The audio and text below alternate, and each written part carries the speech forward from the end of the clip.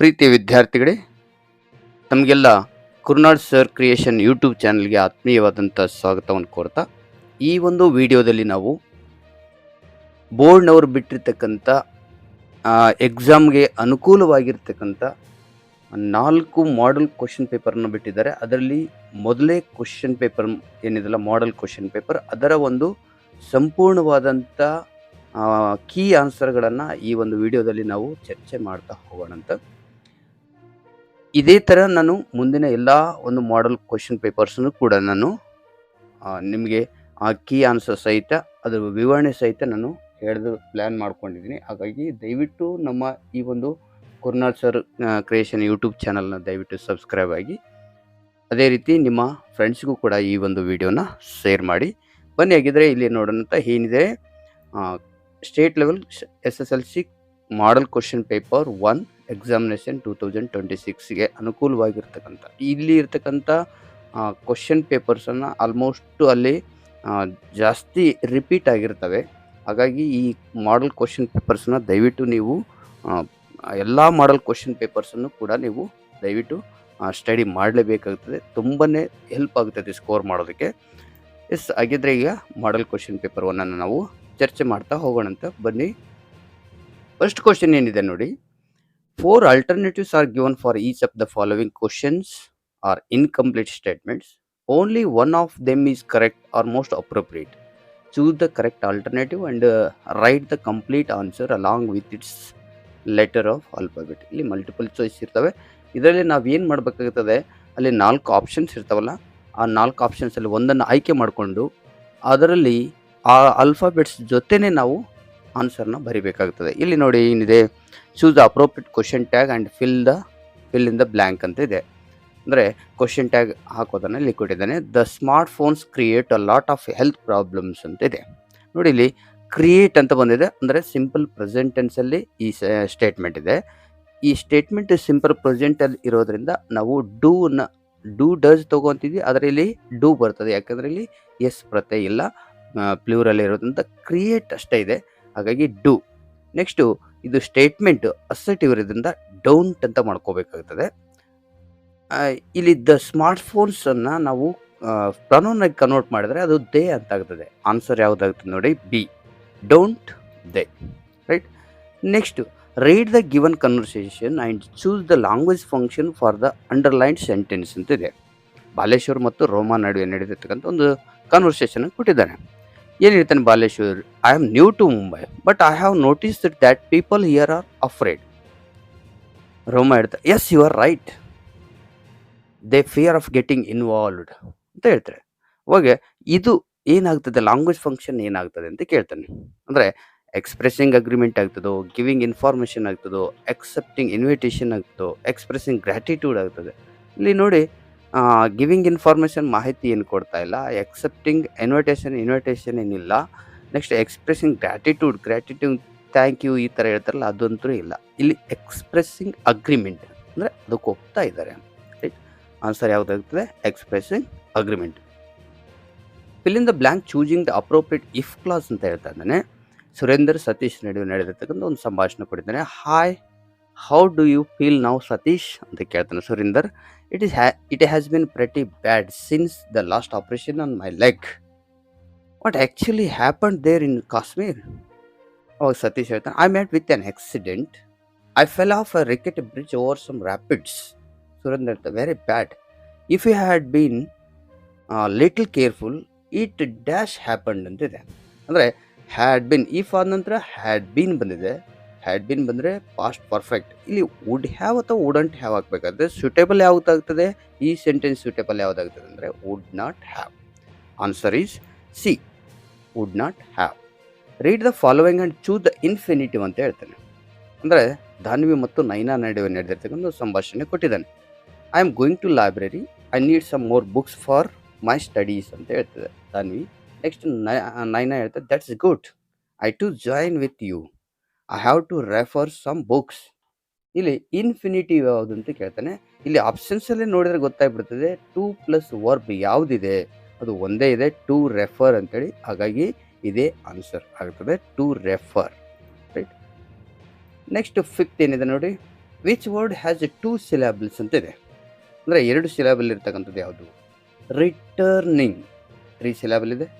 Safer 2. Desperately 4 syllable ಇದೆ. Speak 1 syllable ಇದೆ. ಅಂದರೆ ಆನ್ಸರ್ ಯಾವುದು? Safer. Fill in the blank with the appropriate article ಅಂತಿದೆ. Dev is working in dash European country. ನೋಡಿ, ಇಲ್ಲಿ ಲೆಟರ್ ನೋಡಬಾರ್ದು, ನಾವು ಸೌಂಡ್ ನೋಡಬೇಕು. ಇಲ್ಲಿ ಯುರೋಪಿಯನ್ ಅಂದರೆ ಕಾನ್ಸನೆಂಟ್ ಅಂತ ಸ್ಟಾರ್ಟ್ ಆಗ್ತದೆ, ಕಾನ್ಸನೆಂಟ್ ಅಂತ ಪ್ರೊನೌನ್ಸ್ ಆಗ್ತದೆ. ಹಾಗಾಗಿ ಇಲ್ಲಿ ಈ ಬಂದಿದೆ ಅಂತೇಳಿ ನಾವು ಏನ್ ಹಾಕಬಾರ್ದು, ಅದಕ್ಕೇನೆ ಕೊಟ್ಟಿದ್ದಾನೆ ಯುರೋಪಿಯನ್. ಅಂದರೆ ಇಲ್ಲಿ ಏನಾಗ್ತದೆ, ಆನ್ಸರ್ ಏನಾಗ್ತದೆ? Dev is working in a European country. Fill in the blank with the appropriate tense form ಅಂತ ಇದೆ. ಟೆನ್ಸ್ ಫಾರ್ಮ್ ಅನ್ನು ತುಂಬಬೇಕು ಅಂತ ಹೇಳ್ತಾನೆ. Satish dash B plus draw ಅಂತ ಕೊಟ್ಟಿದ್ದಾನೆ. When his father observed him ಅಂತ ಹೇಳ್ತಾನೆ. ಅಂದರೆ ಅಬ್ಸರ್ವ್ಡ್ ಅನ್ನೋದನ್ನು ನಾವು ಆ ವರ್ಬ್ ನೋಡಿದಾಗ ನಮಗೆ ಪಾಸ್ಟ್ ಟೆನ್ಸ್ ಅಂತ ಗೊತ್ತಾಯಿತು. ಪಾಸ್ಟ್ ಟೆನ್ಸಲ್ಲಿ ಬಿ ಫಾರ್ಮ್ಸ್ ಯಾವುದಾವೆ? Was, were. ಇಲ್ಲಿ ಸತೀಶ್ ಇರೋದ್ರಿಂದ ವಾಸ್ ಬರ್ತದೆ. ನೆಕ್ಸ್ಟ್ ವಾಸ್ ಬಂದರೆ ಅಲ್ಲಿ ಮುಂದೆ ING ಪ್ರತ್ಯಯ ಬರಬೇಕಲ್ಲ ವರ್ಬ್ಗೆ. ಅಂದ್ರೆ Satish was drawing when his father observed him. Right? ನೋಡಿ ಏನಾಗ್ತದೆ, answer was drawing. Change the following sentence into passive degree ಅಂತ ಹೇಳ್ತಾನೆ. ಇದು ಪಾಸಿಟಿವ್ ಡಿಗ್ರಿ ಅಂತ ಹೇಳ್ತಾನೆ. Swami was the cleverest boy in the class. Swami was the cleverest boy in the class ಅಂತ ಇದೆ. ಈಗ ನಾವು ಪಾಸಿಟಿವ್ ಡಿಗ್ರಿ ಚೇಂಜ್ ಮಾಡಬೇಕು. ಈ ಕ್ಲೆವರೆಸ್ಟ್ ಇದ್ದಿದ್ದು ಕ್ಲೆವರ್ ಆಗ್ತದೆ. ರೈಟ್? ಇಲ್ಲಿ ಮತ್ತೆ ನೋ ಅದರ್ ಅಂತ ಸೇರಿಸ್ಕೊಂಡು ನಾವು ಮಾಡಬೇಕಾಗ್ತದೆ. ಆನ್ಸರ್ ನೋಡ್ರಿ ಏನಾಗ್ತದೆ? No other boy in the class was as clever as Swami. Right? Fill in the blank using the suitable linker ಅಂತ ಹೇಳ್ತಾನೆ. ಅಂದರೆ ನಾವು ಕಂಜಕ್ಷನ್, ಸೂಟೇಬಲ್ ಕಂಜಕ್ಷನ್ ಹಾಕಬೇಕಾಗ್ತದೆ. Raju dash his friend were playing chess. Raju and his friend were playing chess. Combine the following sentences using so that ಅಂತ ಕೇಳಿದೆ. So that ಅನ್ನು use ಮಾಡಬೇಕು ಅಂತ ಹೇಳ್ತೇನೆ. ನೋಡಿರಿ, the players are very tired. Very tired ಇದ್ದಲ್ಲಿ it is so tired ಅಂತ ಹಾಕಬೇಕಾಗ್ತದೆ. Next ಇಲ್ಲಿ ಫುಲ್ ಸ್ಟಾಪ್ ಏನಿರುತ್ತೆ ಅದನ್ನು ತೆಗೆದು ದ್ಯಾಟ್ ಅಂತೇಳಿ ಹಾಕಿದರೆ ಆಗ್ತದೆ. ನೋಡಿ ಆನ್ಸರ್ ಏನಿದೆ? The players are so tired that they can't play more. Right? Next 11th ಏನಿದೆ? Change the following sentence into passive voice ಅಂತ ಕೇಳಿದೆ. ನೋಡಿ, Swami caught the burglar. Simple ಪಾಸ್ಟ್ದಲ್ಲಿದೆ. ದ ಬರ್ಗ್ಲರ್ನ ಈ ಕಡೆ ಹಾಕಿದೆ.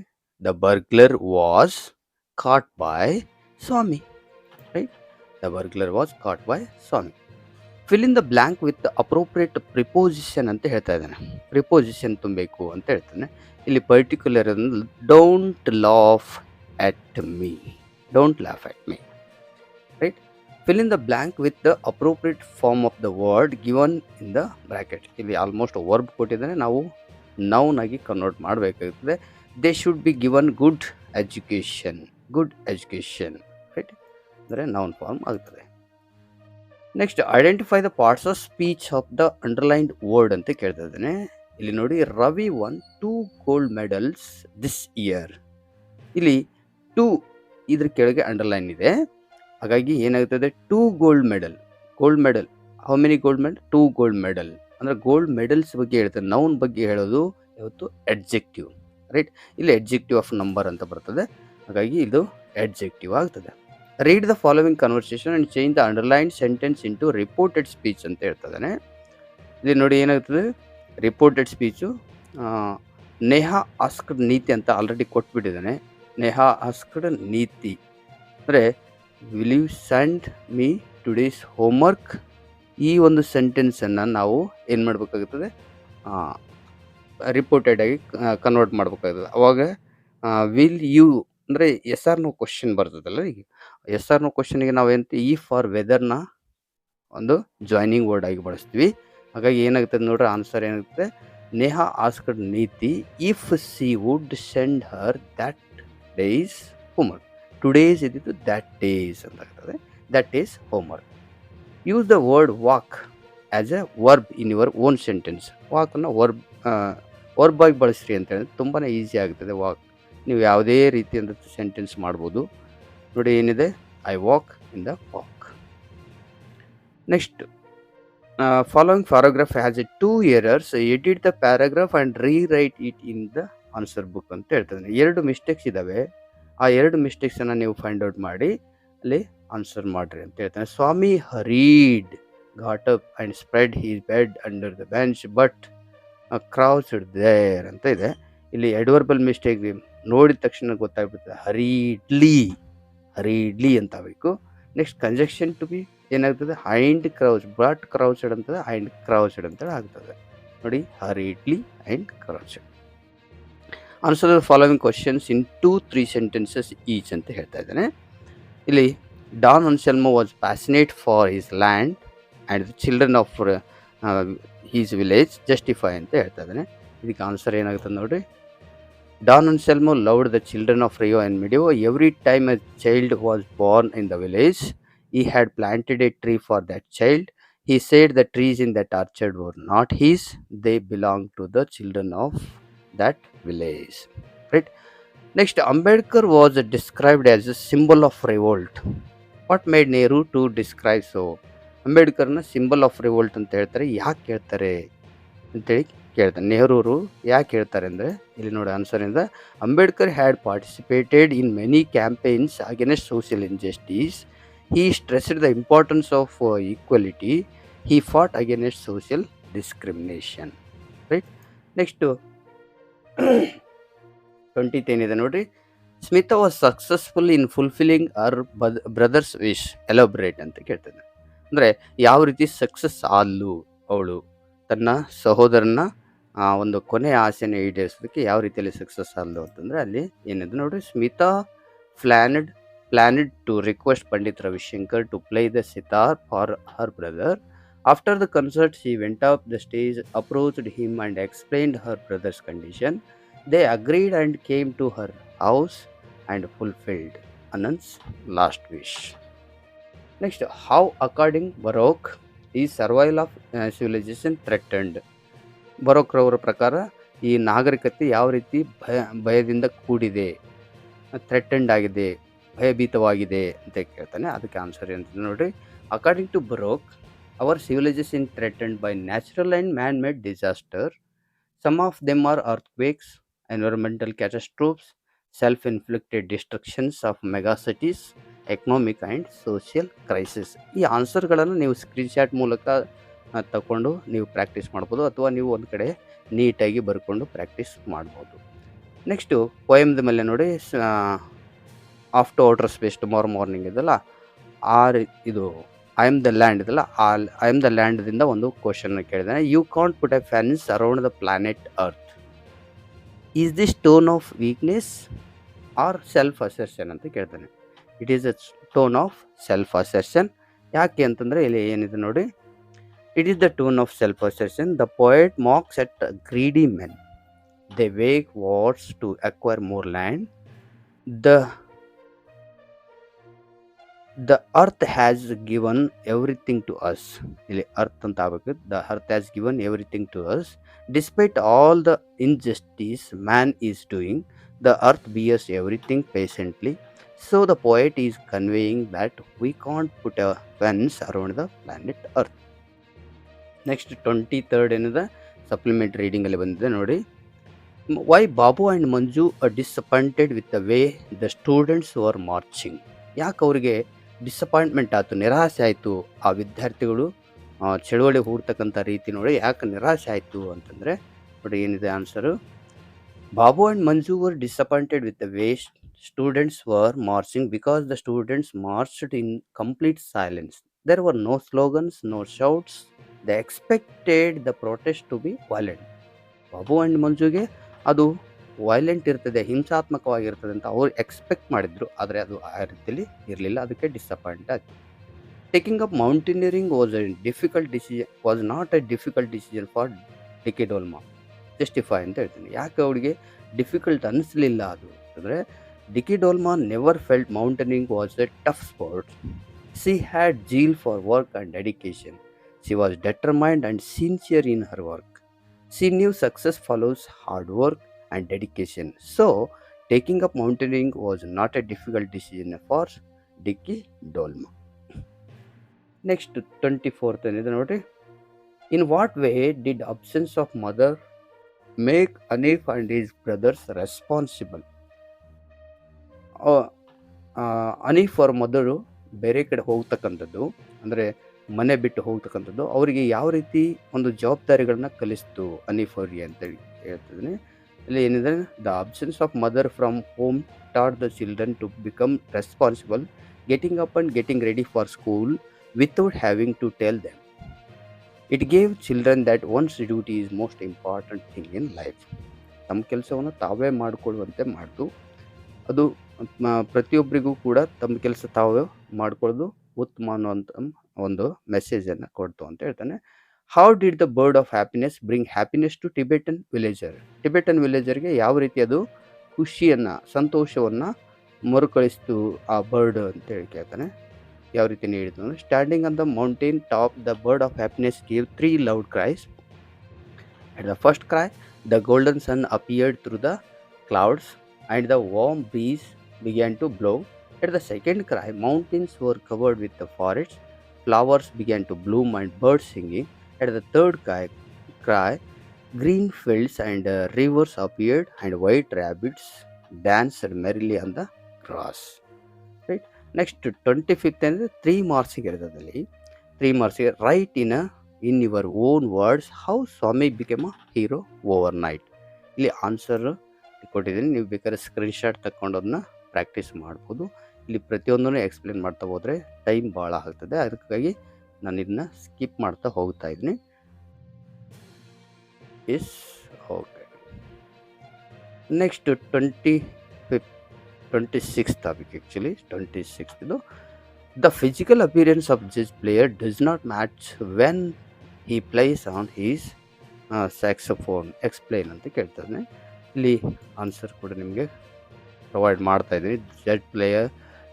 ಜಜ್ poem 2 is written by Carl Wendelines Jr. Judge player is standing like a black ancient mariner. His face is wrinkled and weary. He wears a faded blue old shirt and his tie is undone. His old jacket holds his sagging stomach. His shoes have paper in them. His rough unshaven face shows pain. He gently lifts the saxophone, plays music. Now he is not a black man but a bird which flies higher and higher. He tells the message of God to the world through his music. Next 27th ಏನಿದೆ ನೋಡ್ರಿ, extracts start ಆಗ್ತಾವಲ್ಲಿ. I think it is astonishing that a stranger would jump off a train and risk his life for me. Who does I refer to ಅಂತ ಹೇಳ್ತಾರೆ. ಯಾರು ಹೇಳಿದ್ರು ಈ ಮಾತನ್ನು? ನನಗೆ ಆಶ್ಚರ್ಯ ಆಗ್ತಾ ಇದೆ.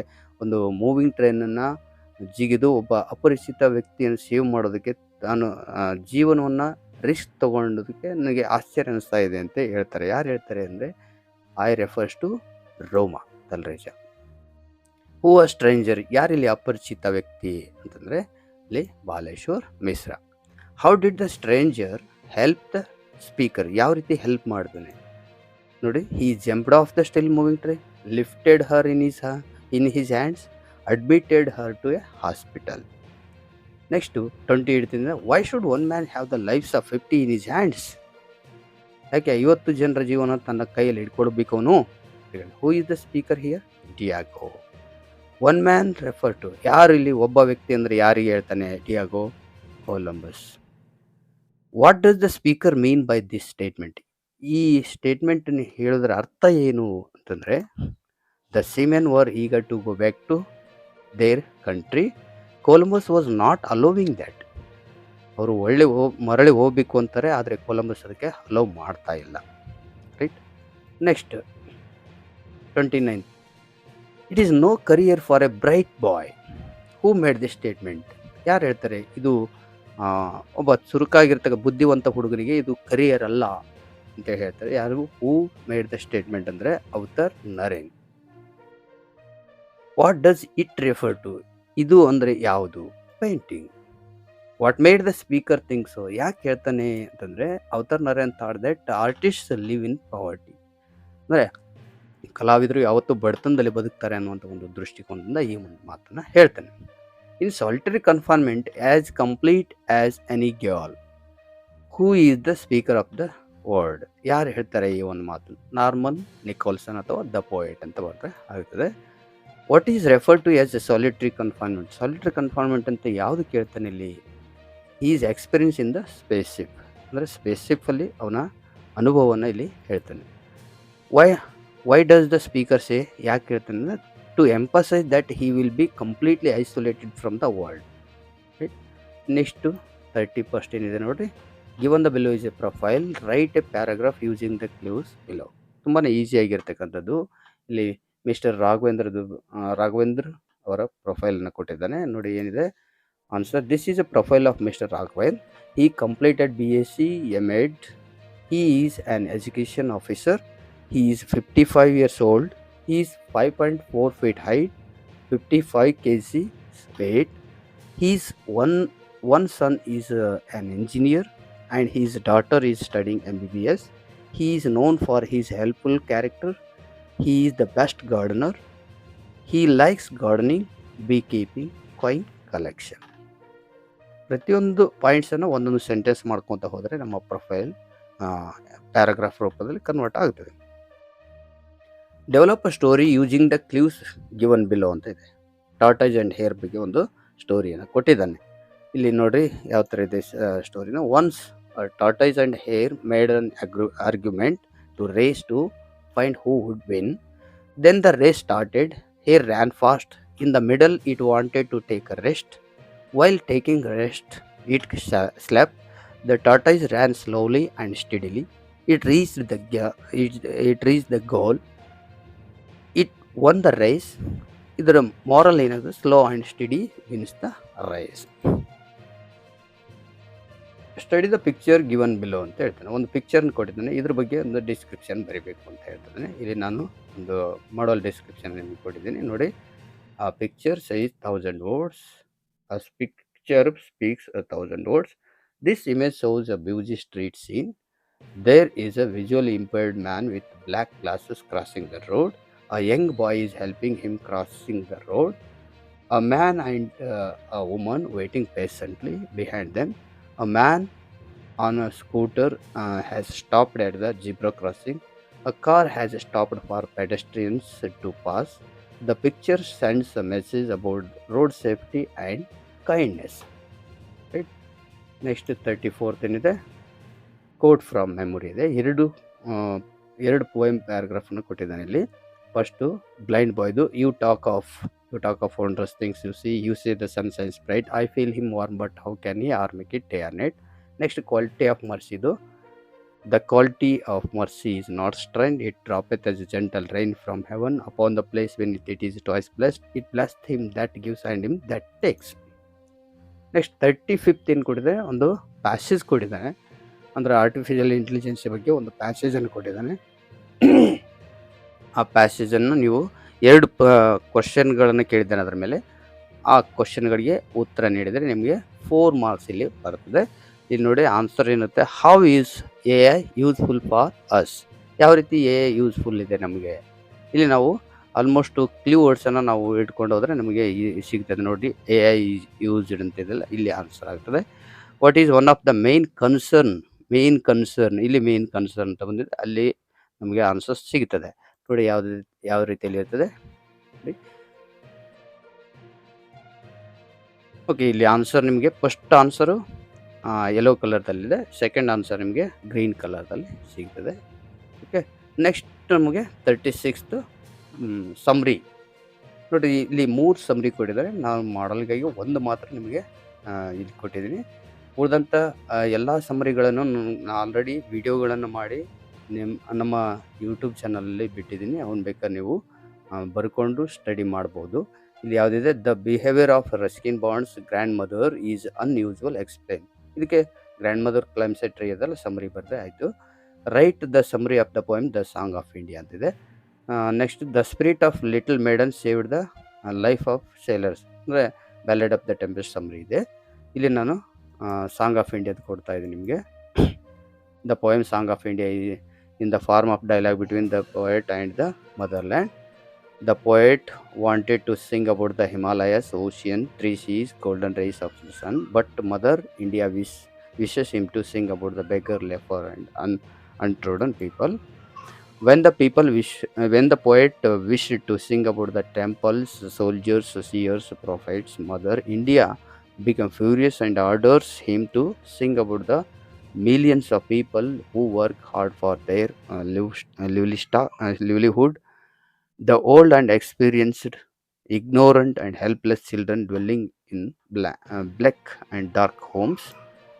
The poet asks nervously if he would sing about dams and lakes, steel mills, shipbuilding, ads, modern technology and atomic, but she forces him to sing about struggle of the past and present, and also class war.